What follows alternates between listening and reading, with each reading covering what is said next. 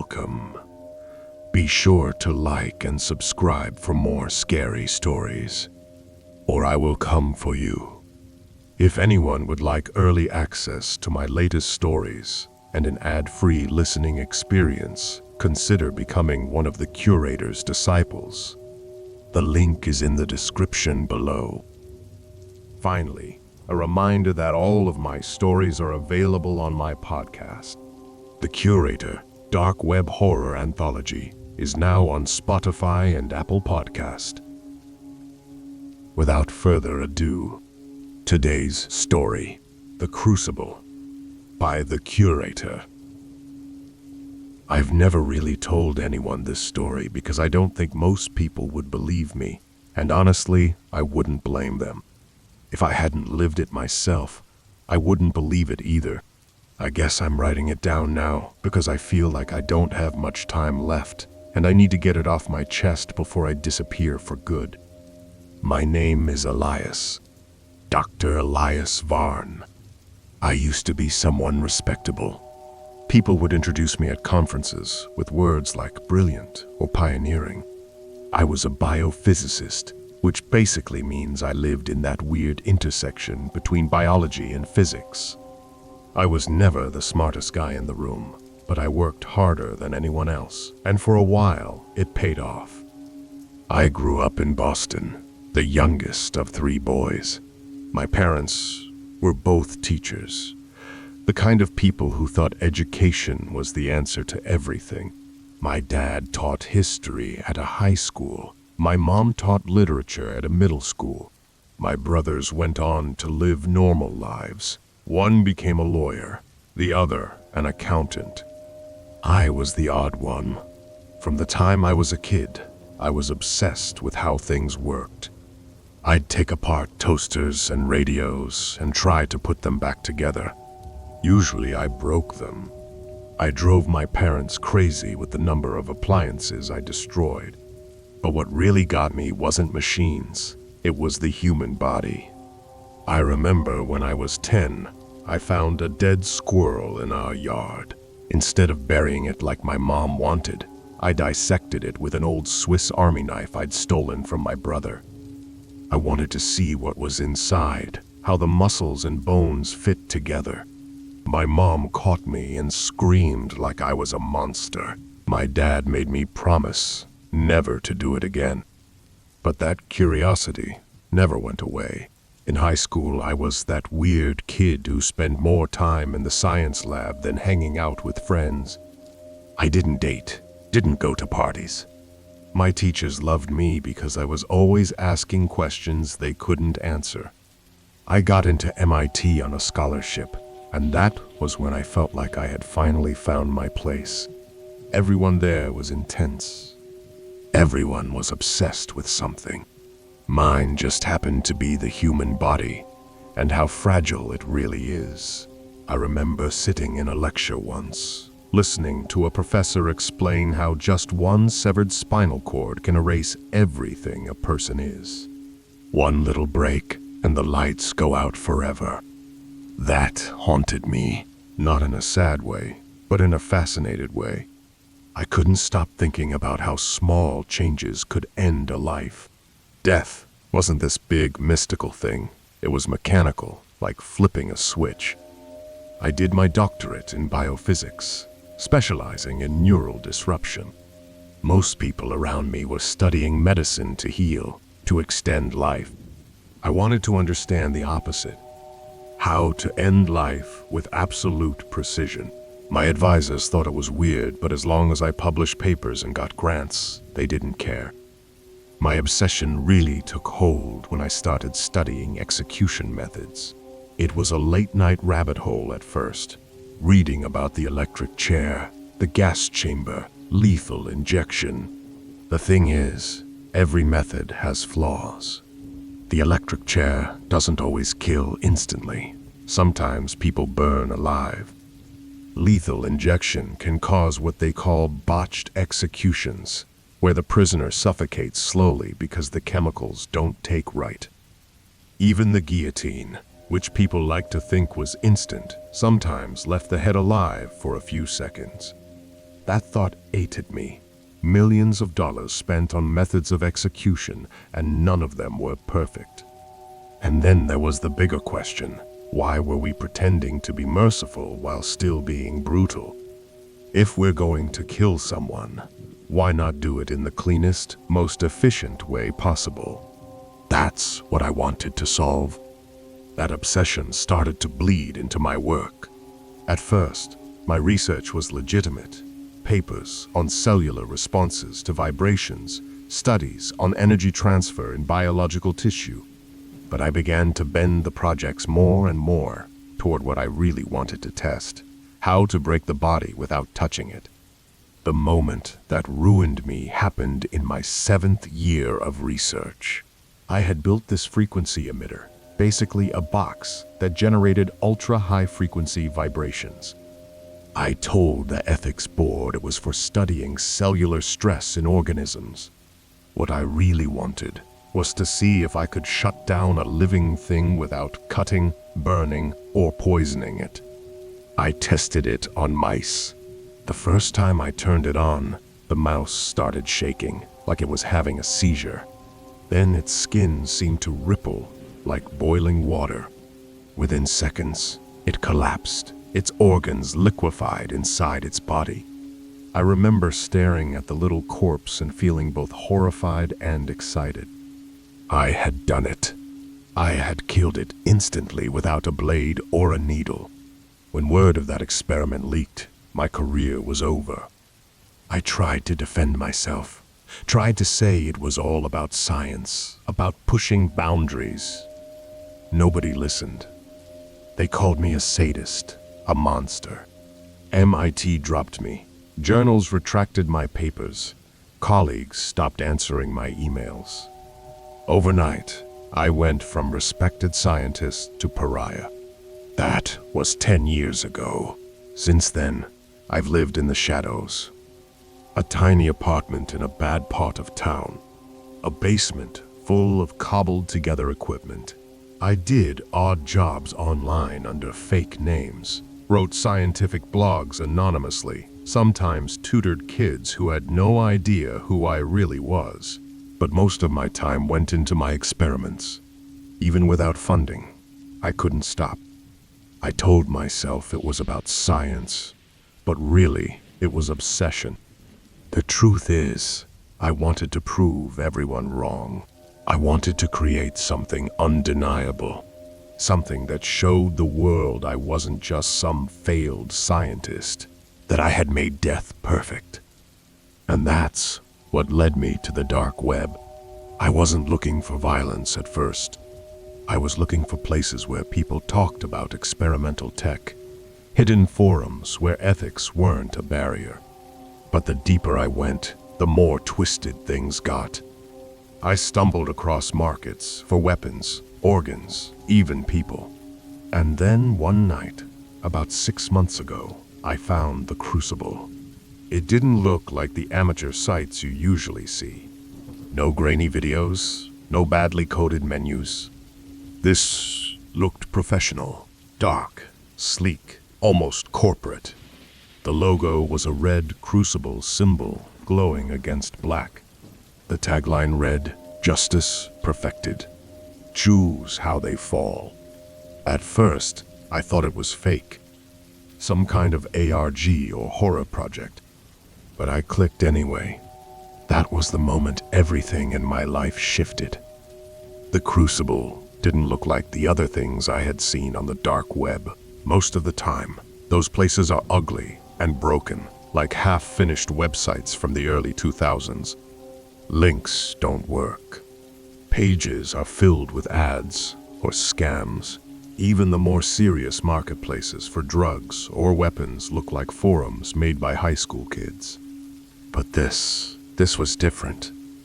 The layout was so professional, it made my stomach twist. A black background, blood red accents, white text, sharp and clean. It was set up like a streaming service. I'm not kidding.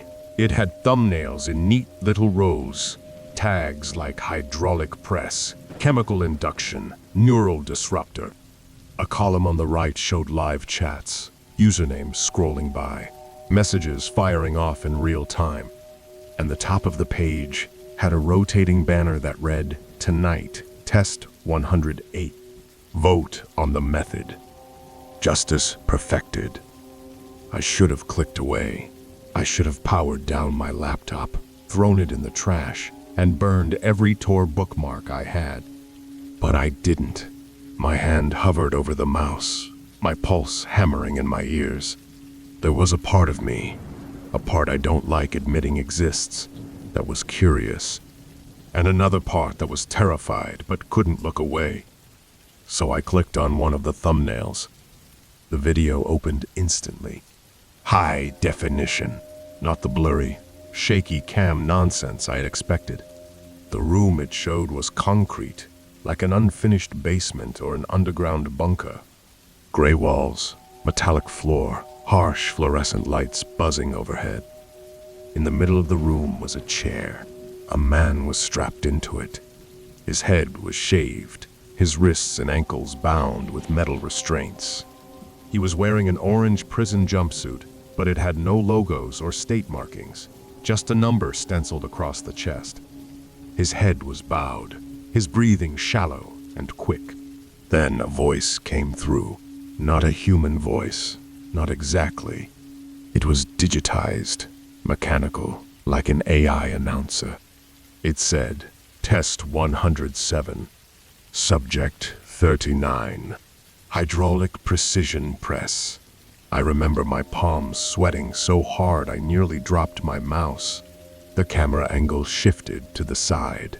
A steel press hovered over the man's arm, a polished rectangular block attached to mechanical arms, the kind of thing you'd see in a factory, except sleeker. The man started screaming before it even touched him. His voice cracked and echoed in the chamber, raw with terror. The machine lowered itself slowly until it pressed against his forearm. And then I heard it. The sound was worse than the sight. A crack, like branches snapping in a storm, followed by a wet squelch. His bones crunched under the weight, blood spraying in sharp little arcs where the skin split open. The press kept lowering, methodical, crushing each inch. The man howled, his teeth bared, his eyes bulging. And then it shifted to his chest. His ribs collapsed inward with another sharp crack. His screams turned into wet gargles, his lungs unable to push out real words anymore. Blood leaked from his mouth, dribbling down his chin, and when the machine pulled away, his torso looked like an empty paper bag that had been stomped flat. I sat there, staring at the screen with my mouth open.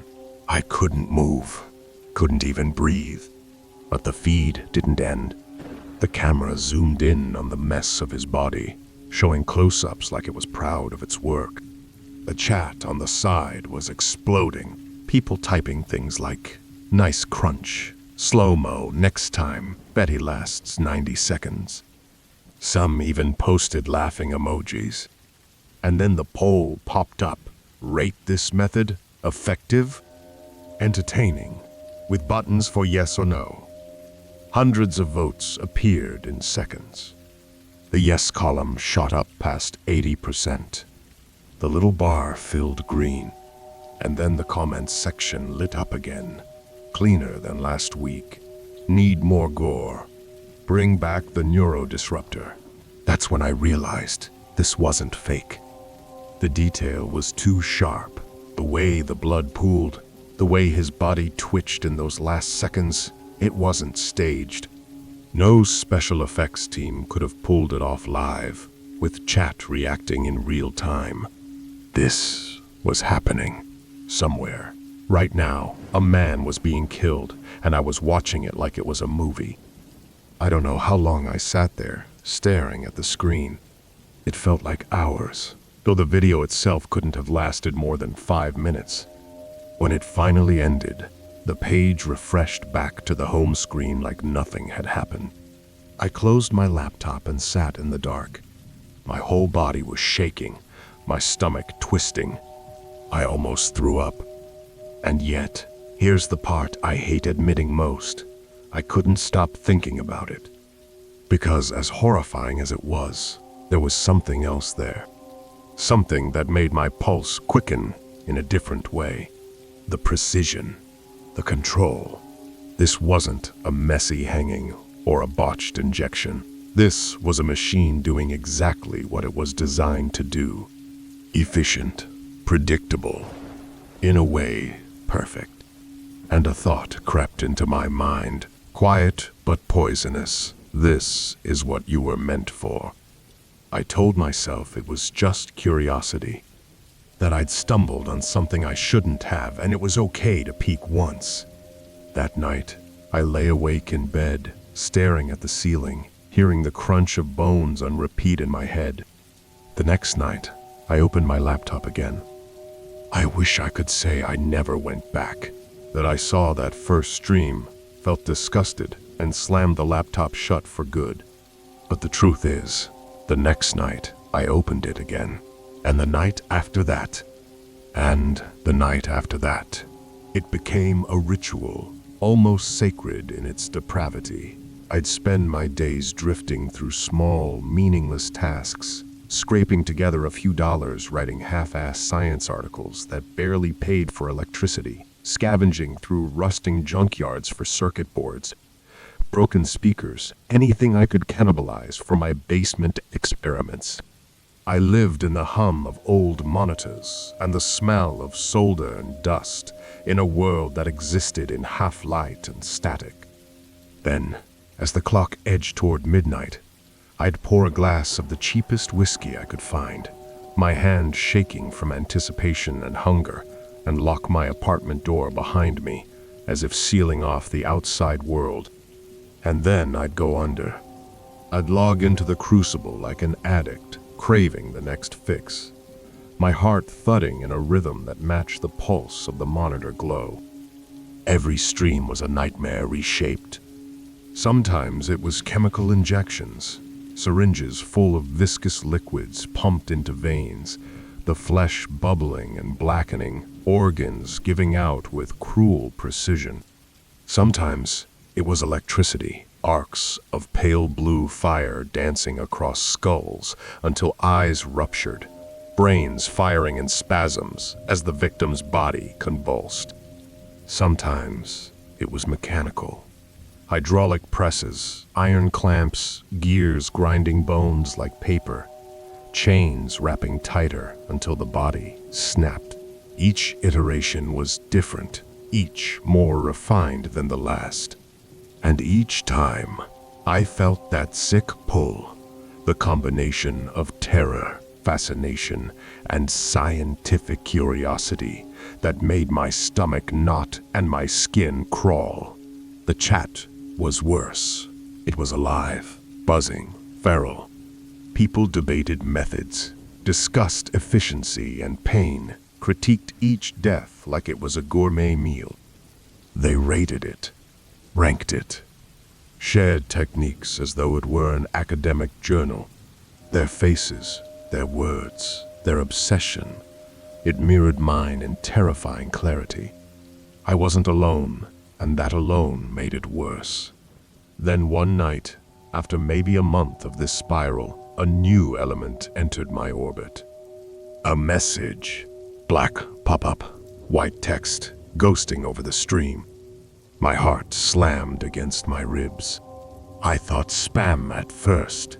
I hovered the cursor over it, afraid to click, half expecting some trap. But curiosity, that old, dangerous companion, won. I clicked. A private chat opened. Your viewing habits suggest professional interest. Identify your expertise. I froze. My first instinct screamed to shut the laptop, to bury myself under blankets and pretend I'd never seen it. But another, quieter voice, the one that had whispered through sleepless nights of failed experiments and mounting debts, said, "This is it. This is your chance." I typed, biophysics, neural disruption. Seconds later, submit proof.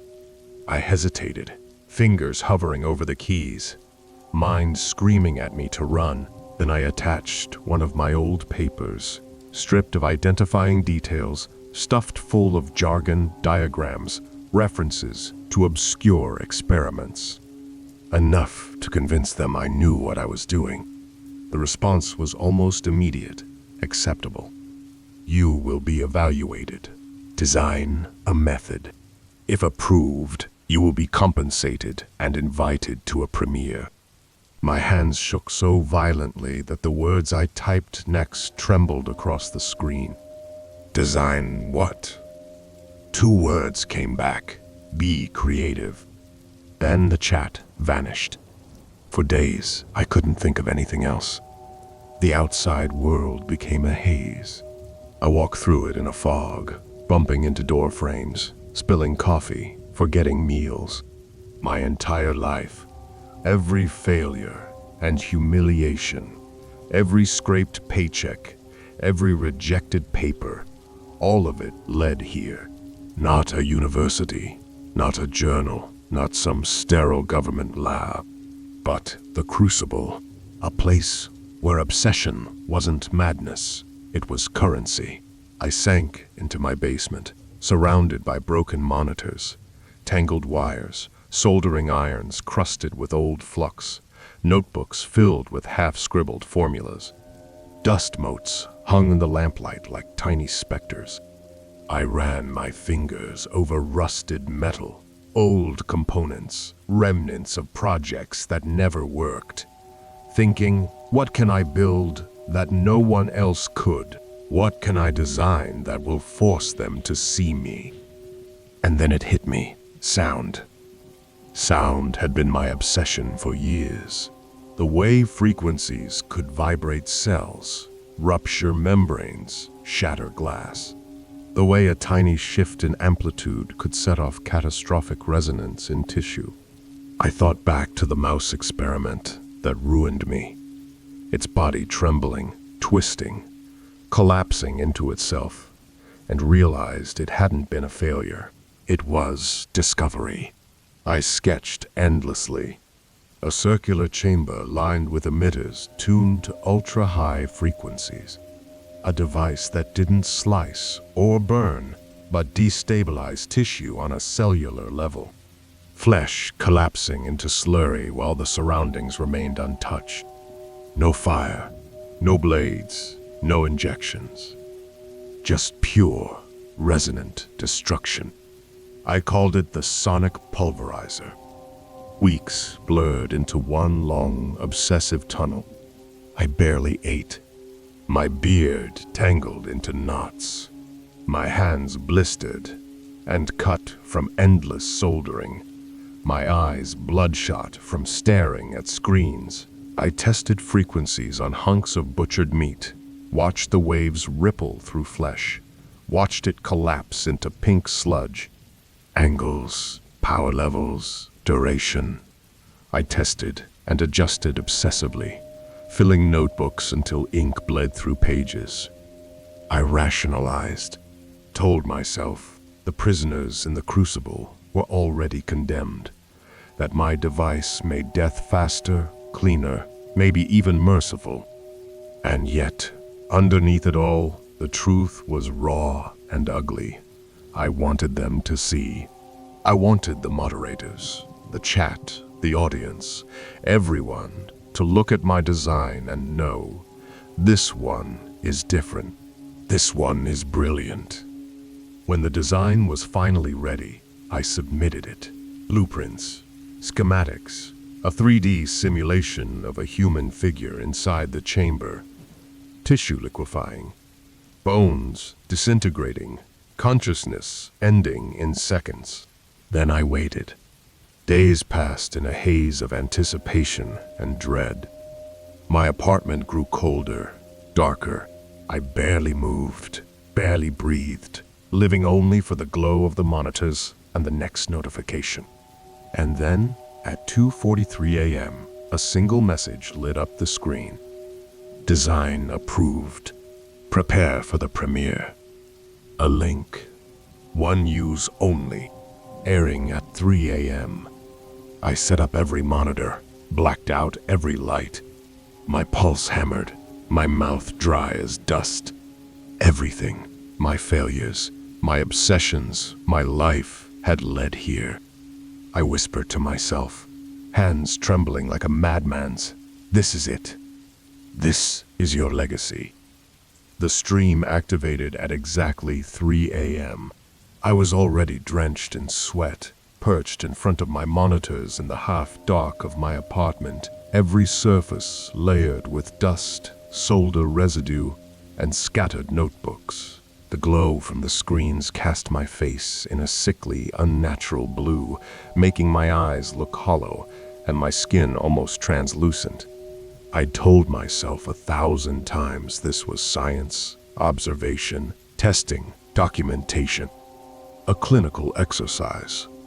But deep in my chest, a heavy, familiar dread settled like a stone. It wasn't simulation. This was real. The feed opened on a sterile, concrete chamber. The air seemed almost visible through the camera, cold, humid, and sterile. The floor gleamed under fluorescent lights, except for a drain in the center, ringed with old reddish stains that had resisted even the most aggressive cleaning. They looked like bruises on the concrete, shadows stretched long and cruel, slicing across walls that were too bare, too hard, too real. And there he was. Subject 47, shaved head, orange jumpsuit, chest marked with black stenciling. His dark eyes didn't look at the camera, didn't look at me. They looked somewhere beyond the room, as if he'd already fled his body, leaving only the shell behind. Then the robotic arm descended from the ceiling. Sleek, cold steel. My creation, the sonic pulverizer.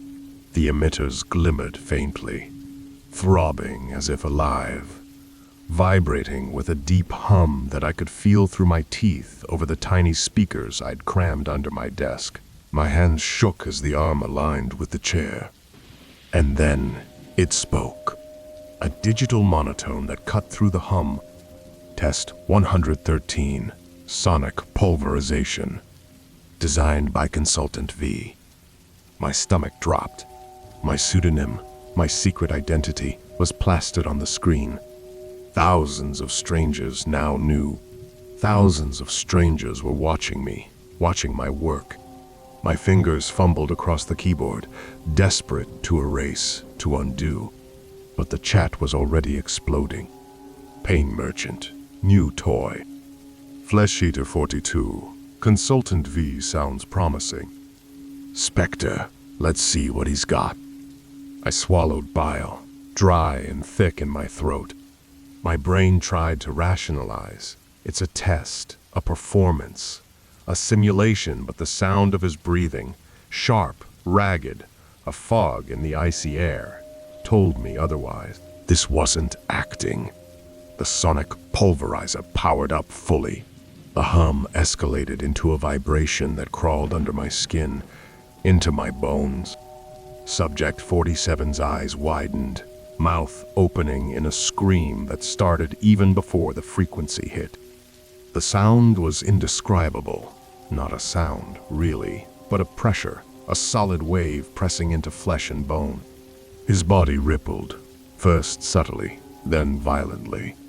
Skin bubbled and broke, welts spreading across his arms like molten leather, splitting open with thick ropes of blood.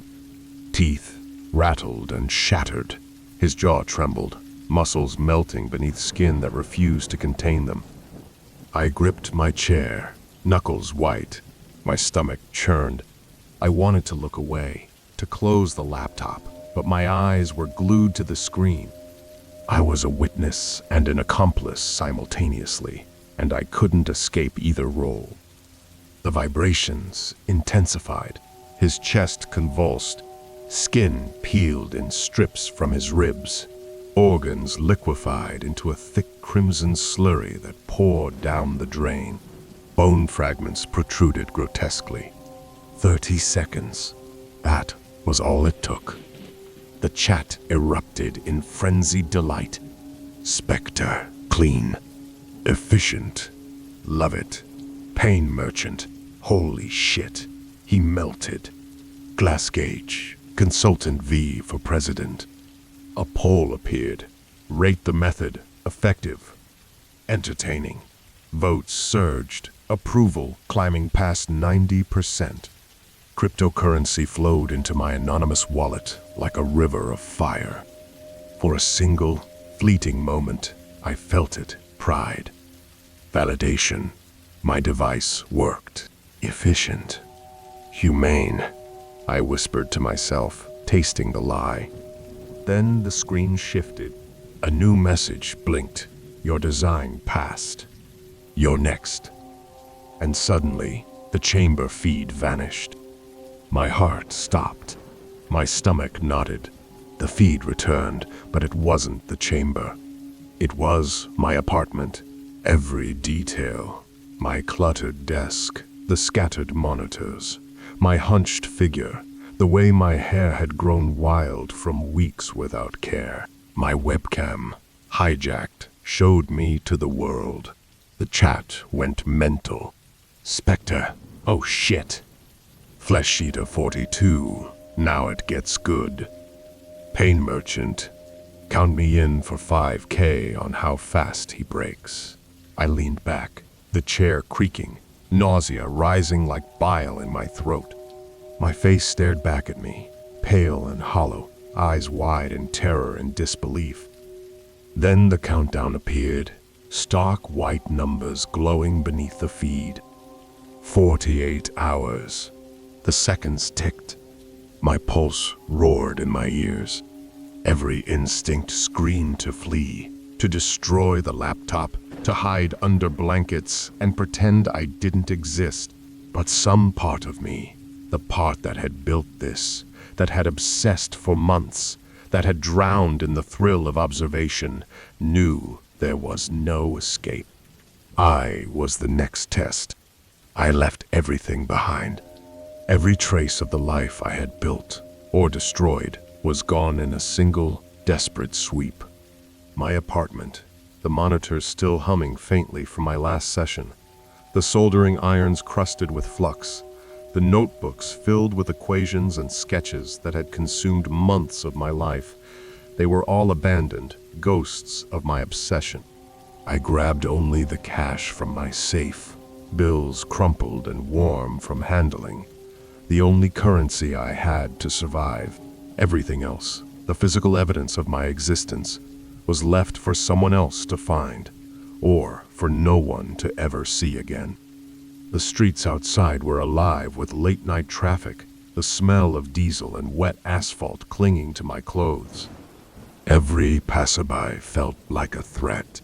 I walked fast, hunched into myself, moving through shadows like a phantom, careful not to be remembered, careful not to leave a trace. Each step carried a weight, the weight of a life I could never reclaim. My pulse thundered in my ears, each beat a reminder that I was leaving my old reality behind forever. The airport was a strange kind of purgatory. Bright lights, the distant roar of jets, the murmur of travelers, oblivious to the chaos in my mind. I kept my head down, paid in cash, avoided cameras where I could. Every electronic eye seemed to track me, every security checkpoint a potential trap. I felt the air thick, almost viscous, as if the building itself were aware of what I'd done. My boarding pass felt like a ticket not to escape, but to exile.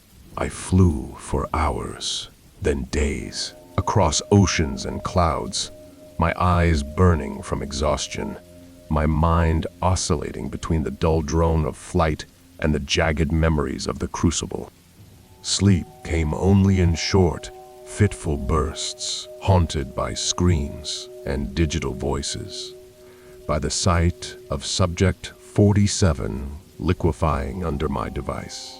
Every vibration of my phone, every ping of a notification made my body tense, my stomach knot. Even in solitude, I felt watched. Even in motion, I was trapped. I found a remote place, a cabin tucked into the hills, far from cities, far from cameras, far from anyone who could trace me. Electricity was minimal, a single solar panel powering the basics. No internet, no connection to the world, no reminders of the life I had lost. The walls were bare. The air smelled of pine and damp earth. The windows looked out onto a forest that moved with the wind like a living thing. It was too quiet, but safe. Safe from them. Safe from the prying eyes that might recognize me. Safe from the digital predators I had fed. And yet, the silence brought no peace. I sit here now, staring out at the endless trees, the sun dipping behind distant mountains, shadows stretching long and cold. I cannot go back. I know it. The world I left behind is gone forever. Friends, family, colleagues, none of them can ever be part of my life again. I am untethered, exiled not just physically, but morally, spiritually. I did this to myself. Every choice, every reckless click, every night spent drowning in fascination instead of turning away, it all led here. I chased obsession, and it hunted me in turn. There is no redemption, no forgiveness. The crucible is always out there, a shadow in my mind, a constant reminder of the horror I helped propagate. Even if I never see it again, its memory is embedded in my bones, in the ache of my hands, in the tremor that still shakes me when I close my eyes. I am alone. I am free from their reach, but not from myself. My legacy is a chain I forged, and every link is a scream I cannot unhear. I will never be free from the consequences, and I must live with them. This is the Curator. I hope you've enjoyed today's scary story. Until next time.